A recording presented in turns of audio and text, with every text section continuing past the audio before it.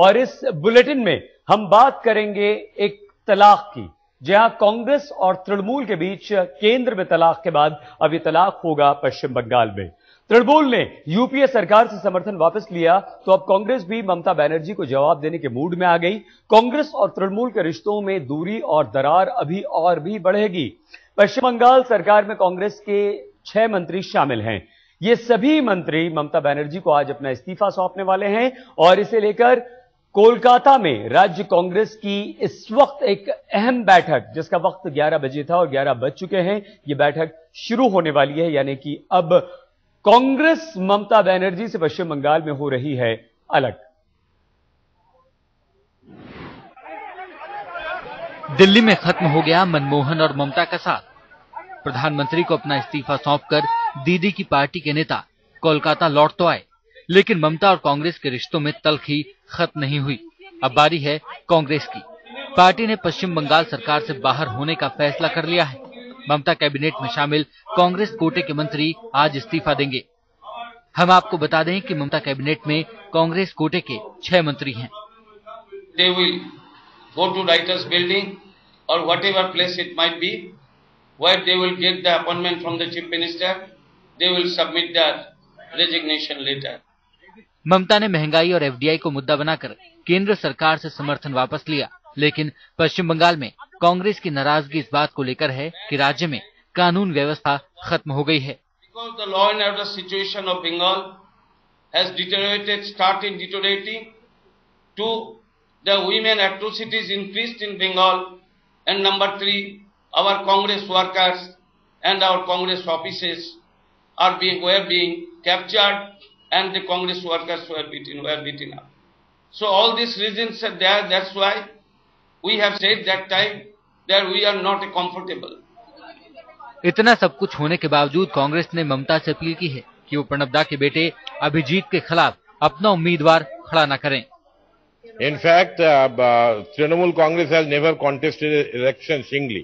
They have been all failed elections with the BJP. Only with the Congress they have been successful.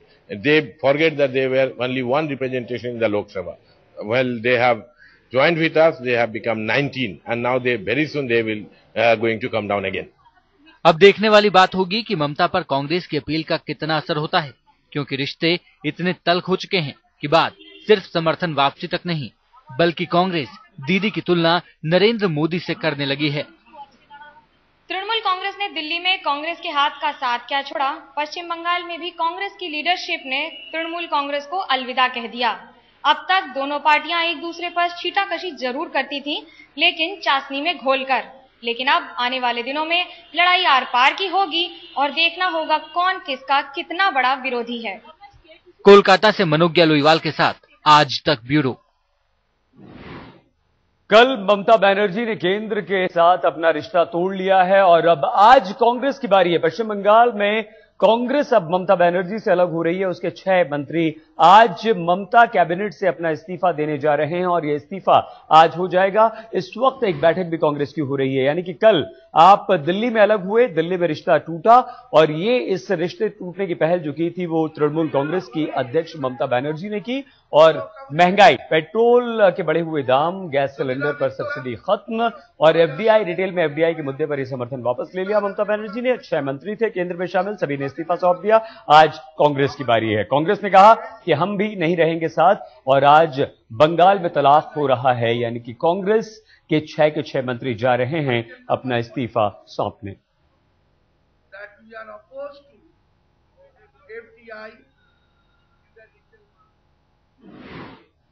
Arjun Chatterjee हमारे संवाददाता इस वक्त कोलकाता से हमारे साथ जुड़ चुके हैं।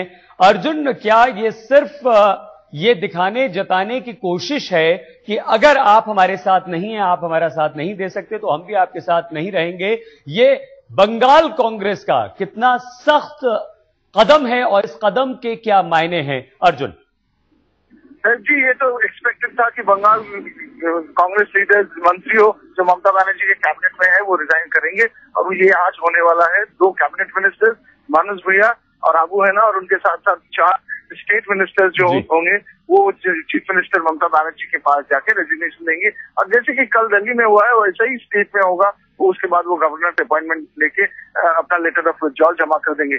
लेकिन बात इधर खत्म नहीं होता है, क्योंकि इसके बाद कांग्रेस अभी भी पॉलिटिकल डेकोरम जिसको कहा जाता है, पॉलिटिकल डिसेंसी जिसको कहा जाता है, उसको मान के चल रहा है, क्योंकि उसने ऑफिशियली रिक्वेस्ट किया है तृणमूल कांग्रेस को कि हमने एक साथ इतने दिन अलायंस पार्टनर रहे थे, तो आप हमारे प्रेसिडेंट प्रणब मुखर्जी का बेटा अभिजीत मुखर्जी जब जंगीपुर से लोकसभा कंस्टिट्यूंसी के लिए खड़ा हो रहा है, उसके अगेंस्ट आप कैंडिडेट मत दीजिए।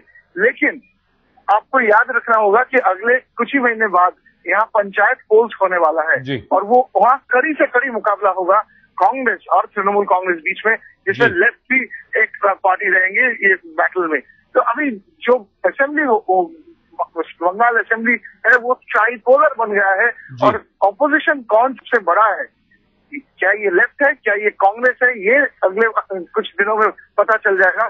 कांग्रेस के लिए ये सबसे बड़ा चुनौती है कि वो मेन ऑपोजिशन बन जाए, क्योंकि अगर वो कभी कहीं ना कहीं सीपीएम के साथ या लेफ्ट पार्टीज के साथ जुड़ जाते हैं तो वो ममता बनर्जी के लिए बहुत बड़ा पॉलिटिकल माइलेज हो जाएगा, जो पहले कुछ ही महीनों से ममता बनर्जी ये कहते रहे हैं कि कांग्रेस सीपीएम का बी टीम है। इसीलिए कांग्रेस को एक ऐसा पोजीशन अभी लेना होगा ताकि वो ममता के साथ तो छोड़ दिया है, सीपीएम के साथ भी ना जुड़ जाए। बिल्कुल अर्जुन, विस्तार से आपने बहुत सारी बातों पर रोशनी डाली है, लेकिन जो जिक्र आपने किया था डेकोरम और डिसेंसी का, क्या ये वाकई डेकोरम है, डिसेंसी है, या ये वक्त की नजाकत है, या ये सियासत है कि अलग होते हुए भी क्योंकि आपको जरूरत है इसलिए आप ये कहते हैं कि अभिजीत मुखर्जी के खिलाफ अपना उम्मीदवार खड़ा न करो? इसे किस तरह से देखें हम अर्जुन? सर जी, ये याद रखना पड़ेगा कि ममता बनर्जी चीफ मिनिस्टर होने के बाद बहुत सारे डिस्ट्रिक्ट्स में उसने सफर किया था, लेकिन सबसे बाद जो सफर किया वो गए थे आप मुर्शिदाबाद डिस्ट्रिक्ट में, जहाँ से कांग्रेस एमपी अधीर चौधरी है, जिसको माना जाता है कांग्रेस स्ट्रॉन्गमैन। और अधीर चौधरी एक ऐसा लीडर है जो प्रणब मुखर्जी, प्रेसिडेंट प्रणब मुखर्जी के बेटे अभिजीत मुखर्जी को 100% हेल्प कर रहे हैं अपने एमपी लोकसभा चुनाव के लिए, इलेक्शंस के लिए। तो इस जगह से ममता बनर्जी कैंडिडेट दे या ना दे, ये तो तृणमूल का मनोभाव साफ हो जाएगा। लेकिन और एक बात भी है कि जो मैं आपको कह रहा था कि सामने पंचायत पोल्स है, वो अहम चुनौती होगी ये तीन पॉलिटिकल फ्रंट्स के लिए। एक तो लेफ्ट फ्रंट, एक तृणमूल कांग्रेस जो रूलिंग पार्टी है, और एक कांग्रेस जो अलायंस से छोड़ के अब बाहर आ गए हैं। पंचायत पोल्स में कौन कितना सफल होता है उससे पता चल जाएगा कि अगले 2014 तरफ बंगाल में पॉलिटिकल इक्वेशन कैसा होने जा रहा है।